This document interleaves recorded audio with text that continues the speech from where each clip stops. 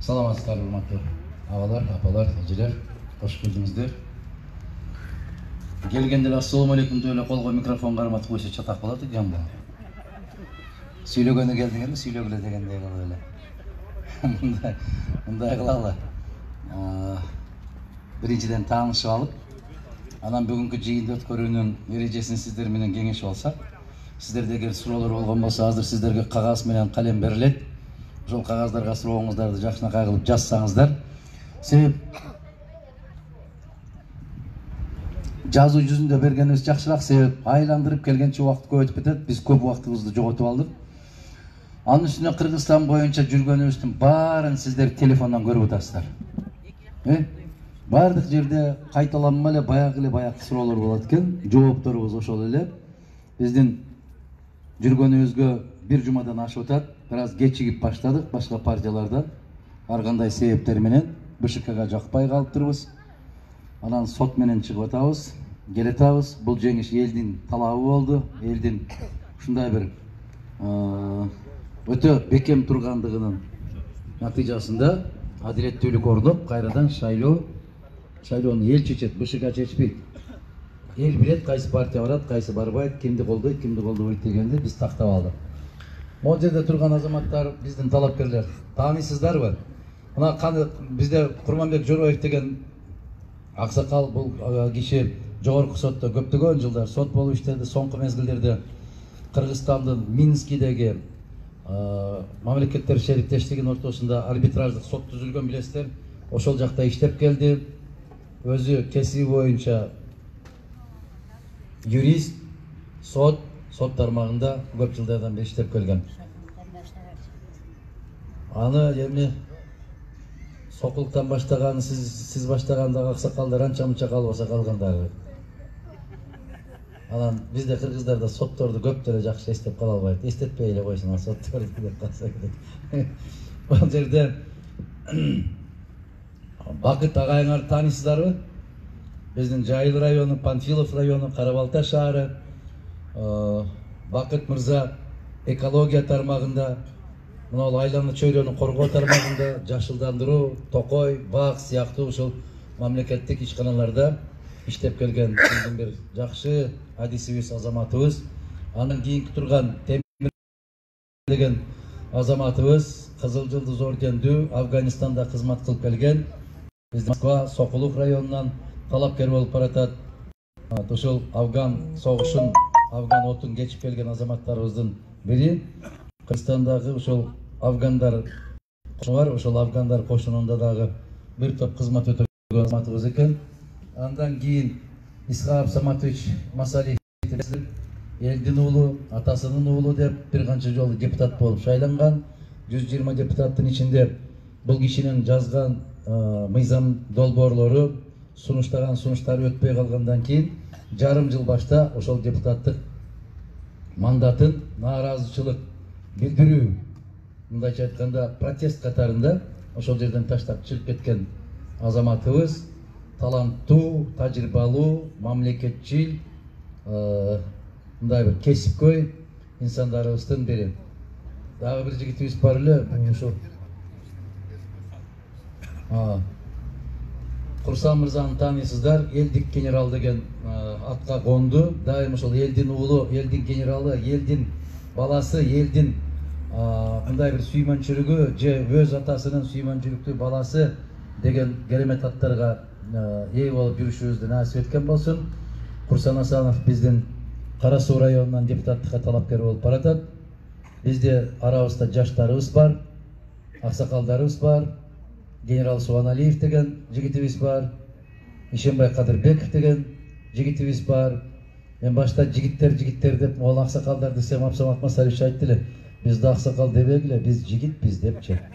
Ошол сыяктуу булар жигиттер. Неге? Мына Американы көрүп атасыздарбы? Эки киши президенттикке ат салышып атат, бири 78-де, бири 76-да. Туурабы? Алардын жашына жеткенче айлан айы бизге дагы канча бар. Ошондуктан жигиттер, ак жигиттер. Биздин курамыбызды эл курады. Биздин курамыбызда же бийликтин өкүлү, же байлыктын өкүлү, же бизнестин өкүлү андай жок. Бизде маданияттын өкүлү бар, билим берүү тармагынын өкүлдөрү бар, мамлекетчил инсандар бардык тармактардан бар, бирок баягы соода менен, алды сатты менен иш кылган азаматтарыбыз жок. Өндүрүш бар. Өндүрүш, мыкты дыйкандарыбыз бар, чарбагер инсандарыбыз бар. Ошол дыйкандардын эсебине Исхак Абсаматович Масалиев да кирип кетет.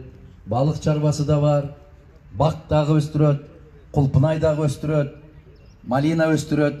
Ана ошентип, малина быйыл канчадан болду, кулпунай канчадан болду, баарын жакшынакай кылып жашка салып, күндөгүсүн күндө дүкөнгө өткөрүп берип, айтор эч кимдин алдында кор болбой, өз маңдай тери менен айлыгын акчасын алып жашап аткан азаматтарыбыздан дегендей. Бизде Абидин Темиров деген жигитибиз бар. Ал дагы мына төмөн жерден аябай бир жакшынакай ташталып кеткен жерди ижарага алган экен. Керемет помидорлорду, бадыраңдарды өстүрүп атыптыр. Bir жылда 500 000 тонна, биринчи түшүмдөн ушунда 500 тонна кечиресиздер помидор менен бадыраң алдым дейт. Кийинки жылга муну көбөйтөбүз дейт. Нукура мына кыргыздын жигиттери өзүнүн колу менен күнөскана жасап, ошондой чарбачылыкты өстүрүп атыптыр. Маданият өкүлдөрүнөн Темирлан Сыманбеков деген жигитибиз бар. Кече Токтогул районунда болдук. Аны сиздер менден эрте көрүп атасыздар. Мен аны көрө элекмин бирөөндө. Кече Токтогул районунда болдук.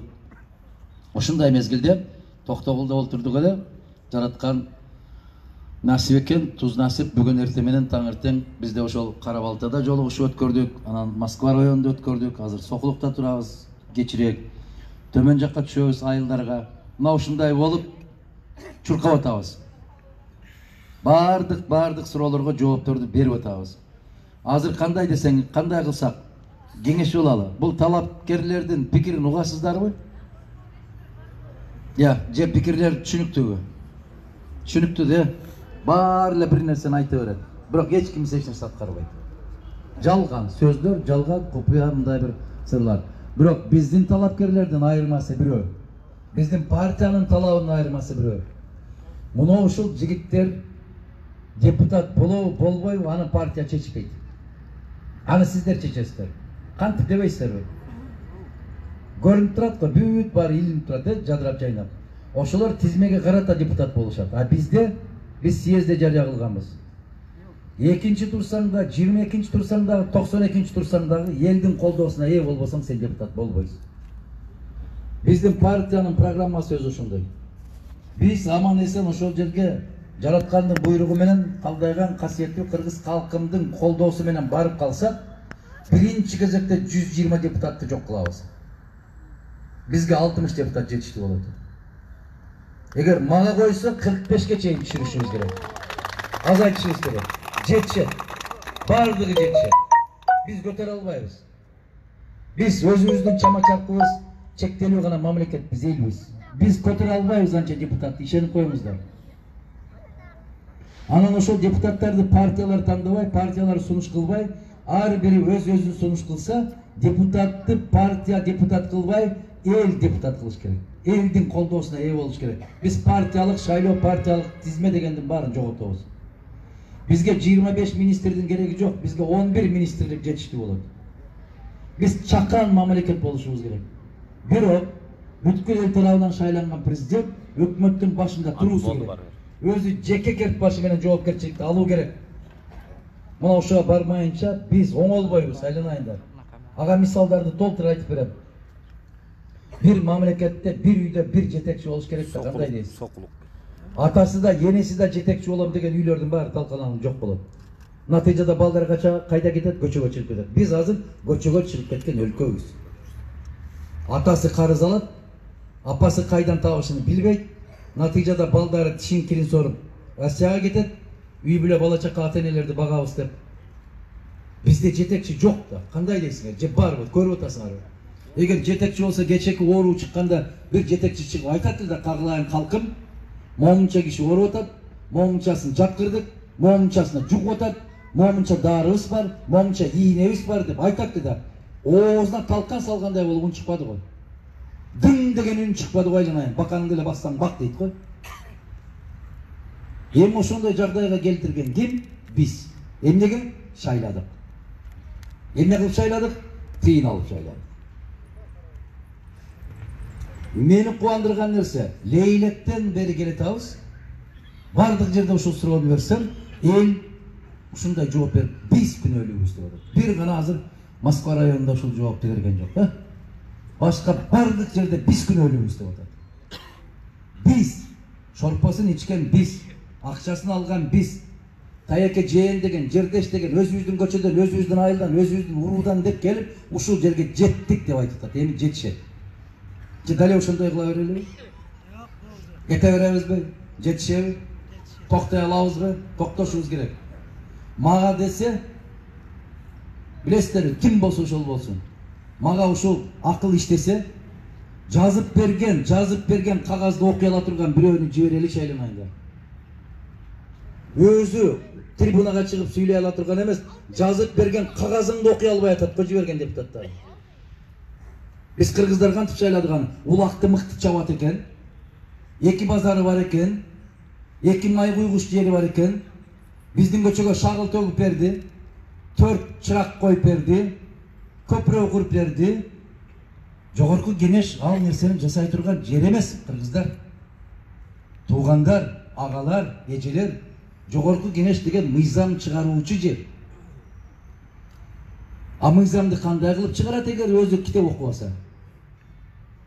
Өмүрүндө колунда бир гезит кармабаса, кантип чыгарат мыйзамды?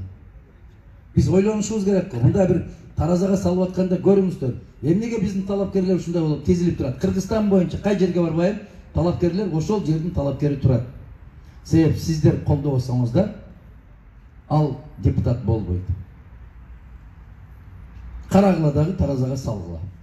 Ак, көк, кара, кызыл деген тамганы түстү тааныйбы, жокпу?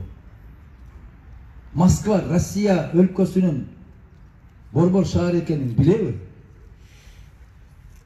Мен кичинекей балам бар, ошону 5-6 жаштан бери сурай берем. Армениянын борбору эмне? Азербайжандык эмне? Тажиктердин борбору кайсы? Сурайм мен ошону. Немистердики кайсы? Англичандардыкы кайсы деп. Акырында чыдабай кеткенде, болдучу суябайчы деп коюп качат эле. Мына ошол бала мен бир 20-30 өлкөнүн башка мамлекеттердин борборлорун билет, биз окутушубуз керек да, тарбиялашыбыз керек. Азыр биздин ошол мына Исхак Абсаматович өткөндө бир 2-3 жерде айтты. Мен депутат болуп 4 жылдан ашык ошол жерде отуруп, ашып барса 40-ын тааныйм, 80-ин тааныбайм дейт. Айналайын, бир залда отуруп, же бак деп ооз айтпаса, же бир сүйлөм берип, сунуш киргизбесе, же чыгып өзүнүн пикирин ал же бул мыйзам боюнча билдирбесе, аны кайдан тааныйсың? Биз илгери 35 депутат элек. Мен азыр дагы айтам, ошондо бул жерден ким депутат экенин. Ким эле депутат биздин Сокулук районунан? Акматбеков деген, Зарыл Акматбеков деген. Дарыгерибиз бар эле. Сиздер унуттуңуздар, мен унутуп элекмин. Мен ошол 35 депутаттын ким, кесиби эмне, кайсы райондан шайланып келген азыр да айтып берем. А бирок бүгүнкү депутаттыңар ким экенин мен эмес, сиздер билбейсиздер да. Ким бизден депутатты? Кандай дейсиздер? Туура болобу ушул жол менен барсак, конституцияны өзгөртсөк, президент өкмөт башына өзүнүн жоопкерчилигин мойнуна илсек, министрлердин санын кыскартсак, шайлоо дегендердин баарын жойсок, райондун акимин шайлайт эмиш. Ким шайлайт? Райондун акимин дайындаш керек президент. Райондун акиминин баскан турганына президент жеке жоопкерчиликти алыш керек. Мына ушундай тартиптер орнотпосок, биз өлкө боло албайбыз. Бул кыскача айтарым. Башка жерлерде айтылбаган сөздөр болсо керек, калгандарын бүт баарын телефондон угуп атасыздар. Мага суроолор болсо, ошолорго мен баардыгына жооп бергенге даярмын. Талапкерлерге сурооңуздар болсо, талапкерлер да жооп бергенге даяр. Суроолор жок болсо, каалоо тилектер болгон болсо, кыска айтып, анан ушуну менен биз кийинки жыйынга жөнөп кетсек. Кандай дейсиздер? Болобу? Барбы суроо? Кагаз. Мына Уркуя деген кызыбызды мен шайлоо башталганда тааныдым. Мына ошол кызыбызга кесиби кандай, эмне экенин да билбейм. Мен ушу кызыбызга аябай ыраазы болдум. Неге? Мына ошол Бакыт мырза менен Темирлан мырзанын оң колу болуп, талапкерлердин дагы 5 бетер безилдеп жүгүрүп жүргөнүнө тан берип атам мен. Же бул кишиге тыйын бербесең, же бул киши талапкер болбосо, Кагаз менен калем берип коюңуз эжекеге. Рахмат Уркуя айым. Ассаламу алейкум Адахан мырза. Сизди Кудай колдоп бийликке келсеңиз, Сокулукка эмне бир медресе ачып элине. Сокулук элине дейт. Сокулуктун эли жок. Сокулуктун тургундары бар. Сокулуктун тургундары баары биригип, Чүйдүн тургундарына киребиз. Чүйдүн тургундары баары биригип, Кыргыз элине киребиз. Ар бир жерде ушундай. Себеп жетекчилер сабатсыз болуп эле, айланайын Сокулуктун эли, кагылайын Москванын эли. Москванын эли дегенде кандай? Бул Москванын шаардын эли же райондун эли? Тургундары болобуз. Баарыбыз тургунбуз. Кандай дейсиздер? Медресе ачып берсеңиздер, кыз балдарга дейт. 1-класстан 5-класска чейин аралыкта болсо жакшы болот дейт.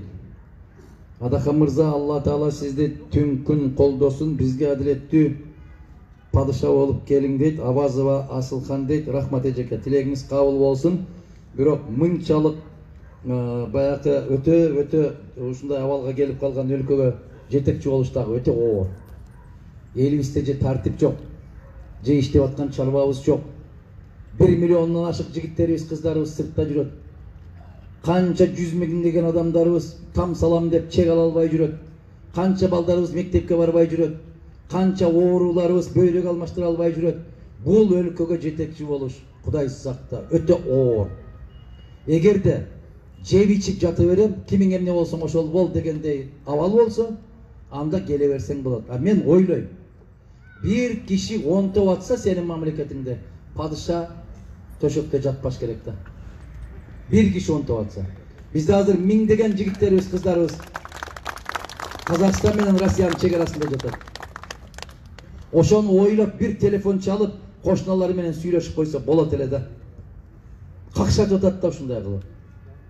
Ошоодо дагы Сокулукка 17-жылы шайлоодо бир келгенибизде сиздер айттыңыздар эле.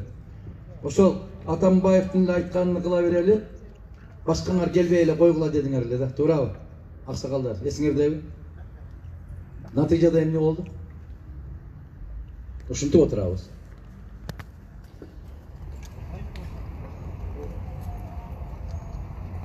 Бул Исхак Абсаматовичке экен, суроо. Келиңиз, мына суроо. Саламатсызбы Адахан мырза, азыр Кыргызстанда көптөгөн чет элдик компаниялар экологияга зыян келтирип, бардык жол менен биздин алтынды кызыл сыртка ташып кетип жатышат. Эгерде силердин партия ЖКга өтүп өкмөт түзүүгө катышып калсаңар, ушуну компаниялардын иши кандай болот? Лицензиялар алынабы же 50-50 болуп иштейбизби? Менин Кыргызстандын кайсыл жеринде жыйын өткөрүп атсам ошонун телефонун көрүп атасыздар. Бул боюнча өтө көп айттым мен. Аябай көп. Кайра кайталаштын кажети барбы жокпу билбейм, бирок биз ошол лицензия берилген биздин токен байлыктарыбыздын бардыгын кайрадан ревизия кылып чыгабыз биз. Кандай максатта берилди, кандай шартта берилди, кимге берилди, канчага берилди. Ошону вада берем мен. Экинчи суроом, жеке сиздин пикириңиз, позицияңыз кандай? Кумтөр боюнча улутташтыруу керекпи же Кыргызстандын үлүшүн баштапкы кишилердей келишимдей 67% көтөрүү керекпи дейт. Ушул маселени чечүүгө духуңуз жетеби дейт. Бул эмне деген бул? Дух деген кандай бул? Эрк дегенби? Мен ошо сыртка чыкканда аябай орусчаны үйрөнүп келем. Сабатым жок элек да. Дух деген сөздү билесиздерби? Ошол эркиңиз жетеби? Туруштук бере аласызбы? Напсыңызды тыя аласызбы? Кыргызча синонимдер аябай көп. Жетет. Ким ушул суроону берсе дагы мен жооп берейин, жетет. Жетпек турсун ашат. Тескерисинче биз ушул Кумтөр маселесинин биринчи курмандыгына чалынган Насирдин Исанович деген болгон. Исанов, биринчи кыргыз өкмөт башчысы. Андан кийин Турдакун Усубалиевич, Абсамат Масалиевич, бул аксакалдар не деген комиссияларды түзүп Аскар Акаевичке канча жолу какшашты. Туурабы? Тескерисинче ошол Абсамат Масалиевич экөөбүз ушу Сокулукка келгенде сиздер биз жолукпайбыз деген киши менен дедиңер. Ал киши мына биздин, сиздин укугубузду, байлыгыбызды коргоп, колдоп 95-жыл президенттикке чыкты. Мына аксакалдардын эсинде болсо керек. Билбейм, ушу Сокулуктун мына ичкерирээк жеринде бир жолугушуп өткөргөнбүз. Кимдин эсинде бар ошол? Кышта, суукта, декабрда, Сокулукта. Айттыңар го. Айнанайын Акаевка каршы чыгып атасыңар, тийбегиле ал жигитке дедиңер го. Тийген жокпуз. Эми келип Кумтөр 67%дан канча пайызга түшүп калды азыр? Баракелде мына. Аябай жакшы билет экенсиз. Биз ошол 67%-на дагы макул болбой келдик го биз. Биз кандай деген шартты койдук башынан башталганда Кумтөр? Биз кирешеге эмес, биз алынган алтынга эсепти жүргүзөлү деп айтып келдик. Мен эсимде бар ошол кездеги айткан сөзүм. Билесиздерби? Булар кирешеге киргизгенде кечирип койгула, ажатканага керектелүүчү кагазын дагы Канададан ташып келип, bir оромун $3 көрсөтүшүп атты.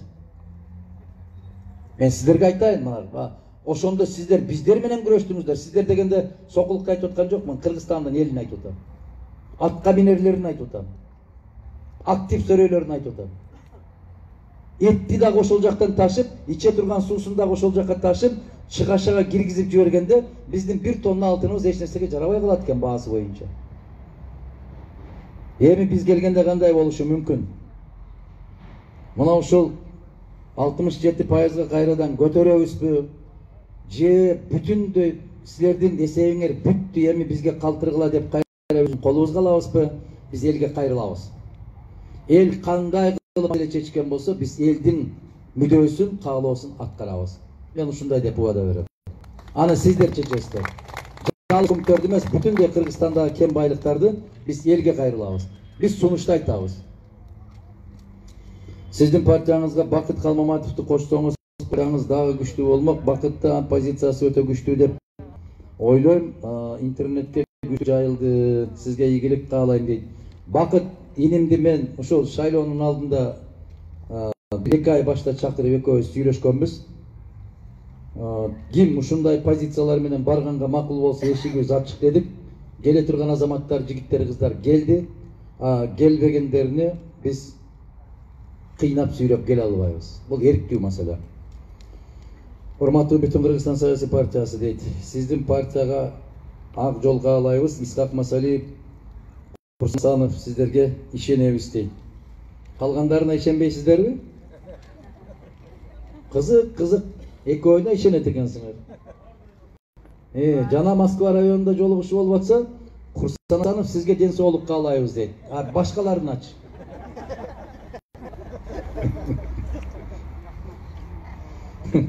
Тамаша, түшүнүп турам. Биз ушунубуз менен керемет. Биз ушунубуз менен улуу элбиз. Сөздүк кайсы жагына кандай жагын билебиз, түшүнөбүз. Не дейт?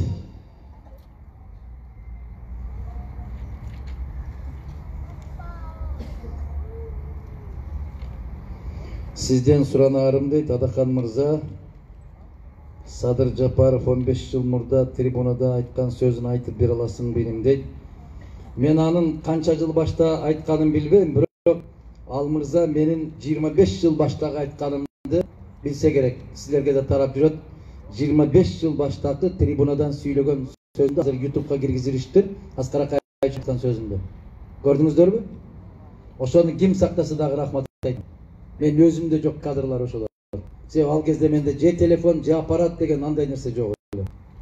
Ошол камерага тартылып калган экен, ошону сактап калган экен да азамат. Чачымда ак чачым жок. 30 жаштагы жигит экенмин. Эмне деп атам Акаевка мен? Аскар Акаев. Завод, фабрикалардын баарын талкалап сыртка сатып, колхоз, совхоздордун баарын жоюп, коммунисттер топтогон байлыктын баарын чачып, элиңизди теңтитип жибересизби деп сураган экен. Мана 25 жылдан кийин ошол күндү көрүп атам. Ошондо чыркырап, приватизация, менчиктештирүү, прихватизация дегендерге каршы чыгып, ошондо дагы депутаттар селейип ушундай болуп укпай койгондо, чыдабай кеткендеги жазган ырым бар, балапан деген. Бабалар биз кеткен, бабалар ушул күнгө калтырды деп, боз үйдө калбагайсың биз кеткенде деп ыйлагам мен ошондо. Азыр кайда калдык? Боз үйүбүздө жок, боз талаада калып атабыз кыргыздар. Неге кезинде айтканды түшүнбөйбүз? Неге ошого баа бербейбиз? Менин азыркы сүйлөп аткандарымды мүмкүн дагы 20 жылдан кийин түшүнүшүбүз мүмкүн. Аттың деп сан чабабыз. Адаханинин парламентке өтүп калсаңар, мародерлорду жазалайсыңарбы дейт. Ой, жазалай турган кишилер ушундай көбөйүп кетти азыр. Өтө көбөйүп кетти. Ар биринин өзүнүн жасаган жумушуна жараша баа беребиз биз. Ассаламу алейкум дейт Адахан Гүлсамаевич. Алейкум ассалам. Биз үй бүлөбүз менен сизди колдойбуз. Аллахтын жардамы менен сиз жана сиздин командаңыз өтүп мамлекеттин Кыргызстанын көтөрүңүздөр. Халмырзаев Абибилла дейт. Рахмат. Сиз менен биргеликте көтөрөбүз Абибилла мырза. Чогуу көтөрөбүз баарыбыз. Саламатсызбы Адахан агай? Бүтүн Кыргызстан партиясын шайланып калсын деп ар дайым Кудайдан тилейм. Сизге жана ушул партиянын мүчөлөрүнө күч кубат каалайм. Ансыз да канча кыйынчылыктарды баштан өткөрүп жеңип келе жатасыздар. Мындан ары да ийгилик каалайм сиздерге деп жазган, мындай бир сулуу жазганына караганда эжекелерден болсо керек. Жигиттер азыр мындай жаза албай калдык. Кандай жазса да, сизби? Көрдүңүзбү? Алла өмүрүңүздү берсин. Бизге кандай каалоо тилектериңиз болсо, өзүңүзгө дагы жараткан ошол нерселерди ыроологон болсун. Бар болуңуз, аман болуңуз. Биз азыр жазгандан гана байкап калдым да мен. Муну ким жазды? Эркектердин жазганы башка. Жанакы бетон куйган жерге тоокту кой бергендей кылып жазабыз. Окуй албай каласың кыйналып. Кыздарыбыз дагы эле болсо Кудайга шүгүр. Ассаламу алейкум Адахан мырза, сизди Кудай колдоп бийликке келсеңиз, Сокулук элине бир медресе баягы берилген суроо болду, кайталанып баштаса анда мындай. Ошол медресе боюнча жооп бербей койду деп кайра жиберген го дейт. Биз мыйзамды бекем кармаган өлкөнү курабызбы, же ыйманды бекем кармаган өлкөнү курабызбы? Биз Кыргызстандын бардык барган жеринде айтып келатабыз, ыйманды бекем кармаган коом болушубуз керекпиз. Себеп, ыймандуу киши эч качан калп айтпайт. Ыймандуу киши бирөөнүн акысын жебейт, бирөөнүн буюмун уурдабайт, бирөөгө кыянаттык кылбайт, ушак айтпайт, же баякы маданиятсыздыкка барбайт. А эгер ыймансыз коом болуп, мыйзамыңды алтын тамга менен жазып койсоң дагы, ал мыйзамың иштебейт. Кыргыздар, биз ошондой коомдобуз азыр. Конституцияң иштебейт, мыйзамдарың иштебейт. Могул баласын кармап отурган карындашым, келиним, ушул апаңдын же атаңдын машинасы бар экен деп ушуларга жөлөк пул да бербей койду. Ошол мыйзамда барбы? Жок. Мыйзамда атасынын машинасы барбы, чоң атасынын минип жүргөн трактору барбы, ага карабастан мыйзамда балага жөлөк пул берилиши керек. Ошондуктан жана медресе деген бул эмне? Медресе деген бул ыйманга чакыруу мектеби. Биз медресе деп айтпайлы, мүмкүн мамлекеттик мектептерде ыйман сабагын киргизип, ыймандуу адамдарды тарбиялаштырып мамлекеттин мойнуна жүктөшүбүз керек. Илгери мына коммунисттердин мезгилин элестетиңиздер. Жаштар гана көрбөй калды, биз ошо коммунисттик партиянын уставы менен, коммунисттик партиянын программасы менен жашап аткан мезгилде биздин мектептерде укуктануу деген сабак бар. Тусканы дагы өлтүрбө деген сабакты берет агайларыбыз, эжекелерибиз. Табияттануу сабагында өсүп турган бир дарактын жалбырагын дагы жулба деп окутат эле. Укуктануу маселесине келгенибизде, өзүңө жакшылыкты кааласаң, жаныңдагы дагы ошону каала деген бул шариаттын мыйзамы менен жасайт эле ошо укуктанууда. Эмнеси жаман эле? Азыр же укуктануу жок, же табияттануу жок, же адам таануу жок. Бизде киши деген сабак бар эле. Азыр барбы ошондой сабактар? Жок. Бизнес, кредит, банк, бандитизм, коррупция, тек гана таң аткандан кечке чейин сүйлөгөнүбүз ушул. Сөзсүз медресе керек. Биз медресенин жүргүзгөн иштерине буюрса мектептерге жүктөйбүз деген үмүтүбүз бар. Кудай кааласа ошондой заманды келебиз. Биз Советтер Союзунун мезгилиндеги мектеп системасына кайрадан келишибиз керек. Советтер Союзунун мезгилиндеги саламаттык сактоо системасына келишибиз керек. Мына Германия, Англия, Италия, Испания баары биригип келип, бир добуштан бүгүн моюндарын алышты. Эң мыкты система саламаттык сактоо СССРдики болгондо. Урматтуу Адахан Гимсамаевич, сокулуктуктар жыйын терим болуп келе албай калды. Сокулуктарды үчүн сизден кечирим сурайбыз. Аллах сиздин сиздин командаңызды колдоп биринчи орунду алыңыздар. Биз бүтүн Кыргызстан партиясын колдойбуз дейт. Өзү негизи эле сокулуктуктар эмес. Кыргызстандын кайсыл жерине барсаң, өзү негизи 4 учур бар бизде. 4 учурда тең барсаң болбойт. Неге?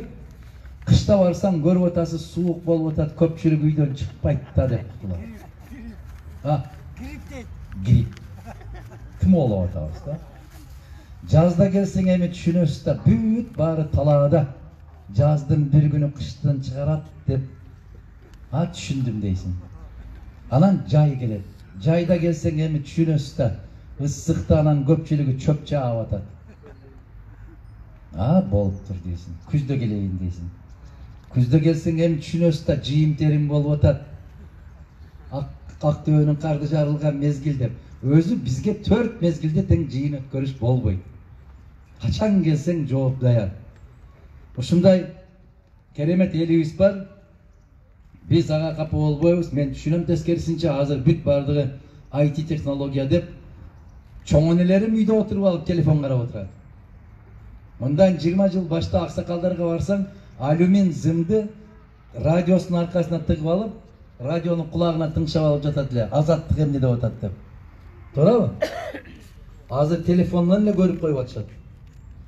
Биз түшүнөбүз. ЖЭК депутаттарынын саны өтө эле көп дейт. Санын 7 областка туураласа 14 эле депутат кылса болбойбу дейт. Жок.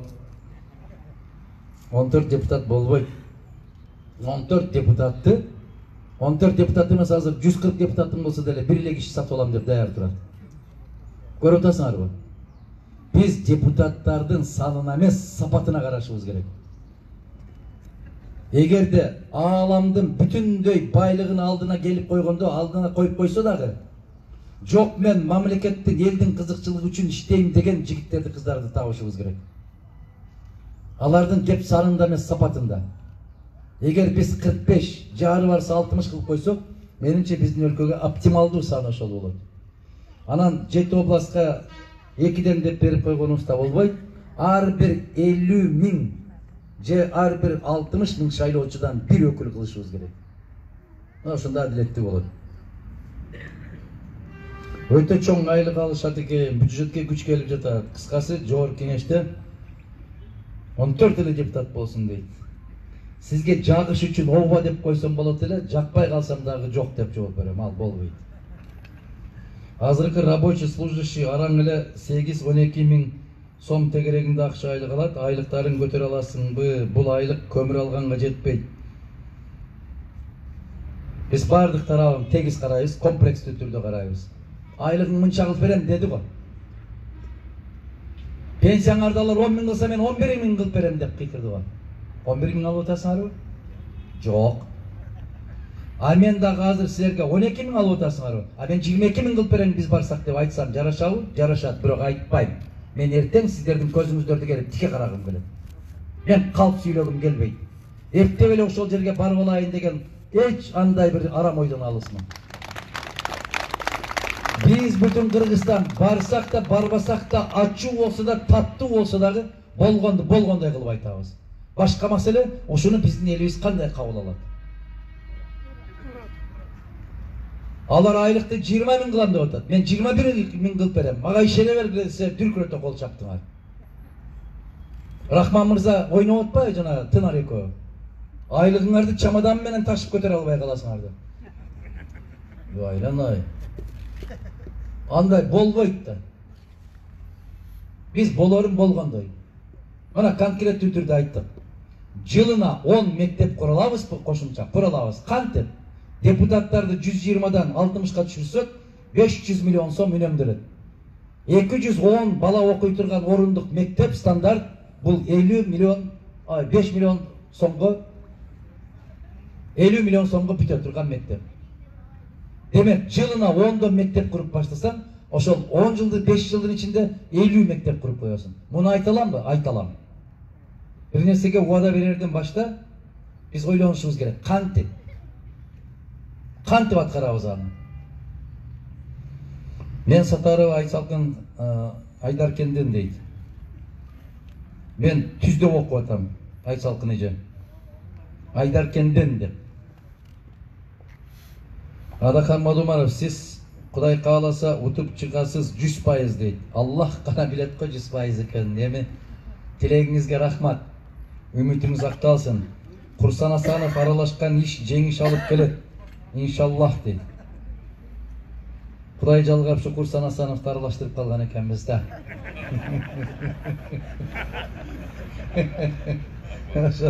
Дайым Курсан Асановду аралаштырган ишти, Темирлан аралашкан ишти биздин бокебиз, биздин аксакалыбыз деп Курманбек акени, Исхак Абсаматовичти, Айтор, ар бир кыргыз Кыргызстандык аралашкан иш дайым жараткан ооматын берип, жеңиш менен чыкканды насип этсин элибизге. Мына ушул суроолорубуз бүттү. Мен талапкерлерге берилген суроолорго өздөрүнө жооп бериштин алдында бир экөө сөз айтып коеюн. Андан кийин аксакалдарыбыз бата берет. Биздин келечегибиз өзүбүздүн колубузда. Мына чыркырап жүрүп чубап кетти. Алба деп жүрүп чубап кетти. Алба айланайын деп, алба. Көчөдө калган кыздардан дагы жаман болуп кеттик, алба деп чыркырап жүрүп өтүп кетти. Бирок бул жак менен угуп атабыз. Бул жак менен чыгарып берет, бул жак менен уруп атабыз дагы эле. Билем. Паспортубузду алып кетип бартат деп арызданып атат барган жерде. Паспортуңузду колуңуздан жулуп алдыбы? Чөнтөгүңүздү жыртып алдыбы? Өзүңүз алып барып бердиңиз. Өзүңүз. Эмнеге? Сизди шайтан жетеледи. Шайтан кантип жетеледи? Напсиңизди алды. Кара курсак курулдап, чөнтөгүңүзгө 1000 сом салгыңыз келди. Аксакалдарыбыз баары ошолордун шорпосун ичкиси келди. Ушуну менен натыйжада өлкөнү каалаган деңгээлге жеткирдик. Сиз ошол паспортуңузду берүү менен мүмкүн сиздин каттооңузду алып барып Бишкекке койду. Же сиздин паспортуңузду алып барып Москва районуна койду. Кайдан билесиз? Демек, сиз бул жерден каттоодон чыктыңыз. Чыгарыңыз менен сиз сокулуктун жашоочусу эмессиз. Сокулуктун жашоочусу болбой калдыңызбы? Эртең балаңызга, небереңизге сокулуктан чек ала албайсыз. Неге түшүнбөйсүз ушуну? Эртең келсек бизге кайра айтасыңар. Мен ушунча жылдан бери ушу жерде жашайм. Балама чек бербей атат, небереме чек бербей атат. А паспортуңузду көтөрүп барган болсо, ал жерде айтат: мамлекеттик каттоо кызматы, сиздин каттооңуз бул жерде эмес экен дейт. Анан кыйкырасыз. 30 жылдан бери жашайм деп. Кече шайлоо өткөнүн унуттуңуз. Паспортуңузду бирөөнүн колуна берип бергенсиз. Ал алып барып керек болсо Бишкекке, керек болсо Кантка же Кеминге коюп койгон. Барыңыз ошол жерден барып алыңыз. Барбы паспорт бергендер? Азыр жок дейсиңер, мен ишенбейм. Бар, ушул жерде кымыйып азыр отурабыз. Паспорттарды берип коюп. Силер 4-түндө саат канчада кайсы жерде жолугушуңарды дагы билесиңер. Кайсыл машинага түшөрүңөрдү да билесиңер. Кайсыл жерге барып добуш беришиңерди да билесиңер. Кимге беришиңерди да билесиңер. Калппы? Анан келип бизге окшогондорду какшата бересиңер сайгылап. Өз колубуз менен өзүбүз жасап коебуз. Анан бирөөгө арызданабыз. Туурабы ушул? Мына чыга албай атабыз. Демек, эмне? Көбүбүздүн паспортубуз кеткен ошол жакка. Муну аксакалдар, мен айтканда жалгыз ушул сокулуктун элине деп айтып аткан жокмун. Бүтүн Кыргызстан боюнча ушул сөздү айтып келатам. Лейлектен баштап ушул жерге чейин ушул сөздү айтып келатам. Бардык жерде анча-мынча паспорттарды берип койгондорубуз бар. Муну мойнубузга алышыбыз керек. Эми, урматтуу агалар, апалар, эжелер, биз түп-түз келечегибизди куруштагы өзүбүздүн колубузда, жеп отурган жерде отура беришибиз дагы өзүбүздүн колубузда.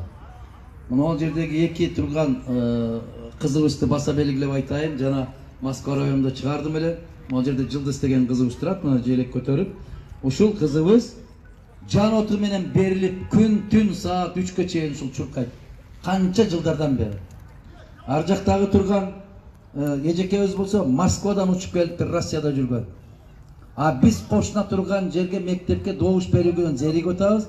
Бу кишилерибиз 50 миң, 60 миң рубльдан акчага сатып алып береттерди. Ошондой болуп келип атат. Эмнеге кайдыгер болбой нертең жоопкерчиликти сезип барып шайлоого катышайын деп. Ошондуктан ар бирибиздин тилегибиз өзүбүзгө ниетибиз жолдош болсун, келечегибиз кең болсун. 4 сап менен бүтүрөм. Ошол 8-чи катарсан келди дегенде тапканыбыз эгиз болсун, телегейибиз тегиз болсун, тагдырыңа күйсөң эгер таңдаганың 8 болсун деп 8 катары менен бүтүрөбүз Кудай кааласа. Рахмат, жакшылыктарда жолугушалы. Сау саламат. Алайга чоң алайга. Рахмат. 30-ында барабыз. Урматтуу туугандар, мага бир суроо келди, кыскача айтканда. Маңызы мындай да. Бизге күнүгө дейт партиялар келет, жыйындарды өткөрүп атат. Тажаты бүттү дейт. Эгерде мүмкүнчүлүк болсо, баары партиялар жоюп бир партия кылтып койсо болобу дейт да. Теорияда болуп калышы мүмкүн. Бирок турмуштан да болот да. Кыргыздын аты бир аз чыкканда, бир жолу депутат болгондо сөзсүз партия түзүп коюш керек да. Ошондуктан бизде 300 гана партия бар. Ар бир райондун партиясы, ар бир областтын партиясы бар. Адакан Ким Самаев туура айтып атат. Барып Пелин тандоосу менен Кыргызстанда 1-2 партия калышы мүмкүн. Бүгүн 300ге жакын партиялар бар, бирок партия эмес, алар топ. Шайлоо мезгилинде түзө коюп, мына азыр кирип аткан жерде чоң илинип турат го аттары. Бир ай мурда ал партиянын аты деле жок болчу да, бир жыл мурда. Түзө коюп, бүгүн азыр элдик партия барып алып сокулуп кели, ушул партияны колдойт, кадам жайели, ушул партияны колдойт деп мактанышат. Негизи партия качан болот? Идеология болгондо, программасы айырмаланганда. Биз коммунисттер чечим кабыл алдык. Өзүбүз шайлоого барбагандан кийин бүтүн Кыргызстан партиясы чыныгы элдик ажигитти кое турчу, кое турчу эми. Ушундай бир силер болсо модерат айтып атабыз. Биз коммунисттер партиялык шайлоого катышпагандан кийин бүтүн Кыргызстан бүгүнкү күндө 300 партиянын ичинде жалгыз гана чыныгы элдик партия болуп атат. Эмнеге? Мен кошуп кетейин. Да, Адакан Кесомбаевич айтып кеткен парламент жөнүндө, президент жөнүндө, шайлоо жөнүндө айткан ойлору бүгүн кайталанып атат. Көптөгөн партия келип айтып атат. 50ге чейин кыскартам, 11ге чейин кыскартам, бирок бир айырмасы бар. Бул ойлорду бүтүн Кыргызстан 11 жылдан бери айтып атат. А сиздердин алдыңыздарга келип, сахнага чыгып сүйлөгөндөр, телевизордон айтып аткандар бир айдан бери сүйлөп атат. Аларга жөнөкөй суроо бергиле. Сен жогорку кеңештин депутаты болгондо эмне үчүн аны сунуштаган жоксуң? Сен өкмөт башчы болгондо эмне үчүн сунуштаган жоксуң? Сен министр болгондо эмне үчүн муну ишке ашырган жоксуң деп. Демек, мен ойлоп атам. 4-октябрда бизде баарыбызда чоң мүмкүнчүлүк пайда болуп атат. Эгерде биз 30 жылдагы болгон кыйшык иштерди оңдой десек, эгер биз бир аз болсо да жаңылык болсун деп оюбуз болсо, Кыргызстан оңолуп кетсин, алдына жылып кетсин десек, анда биз чыныгы элдик партиялар шайлашыбыз керек. Мен сиздерди чакырам, бизге бөлүнбөгүлө, бүтүн Кыргызстанга, бүтүн баарына рош бергиле. Рахмат.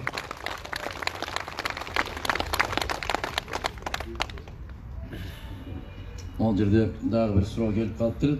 Мен бир суроону жоопсуз калтыргым келбейт. Ушуну менен бата кылабыз. Мен Андакулов Жумабек дейт, мурунку ОМОНдун кызматкеримин, Курсан менен бирге иштедим. Суроо: сиз 93-жылкы конституцияга кайтууну кандай карайсыз? Биз 93-жылга конституцияга кайтышыбыз керек деп Исхак Саматович айткандай 10 жылдан ашык айтып жүрөм. Кандай карабайм? Биз ишенимдүү түрдө ошол 93-жылкы конституцияга кайтышыбыз керек. Биз ошол келишибиз керек. Бүгүн заман бир аз өзгөрдү андан бери. Ошол өзгөртүүлөрдү эске алуу менен негизги бийликтердин тең салмактуулугун камсыз кылуучу 93-жылкы конституцияга келишибиз керек.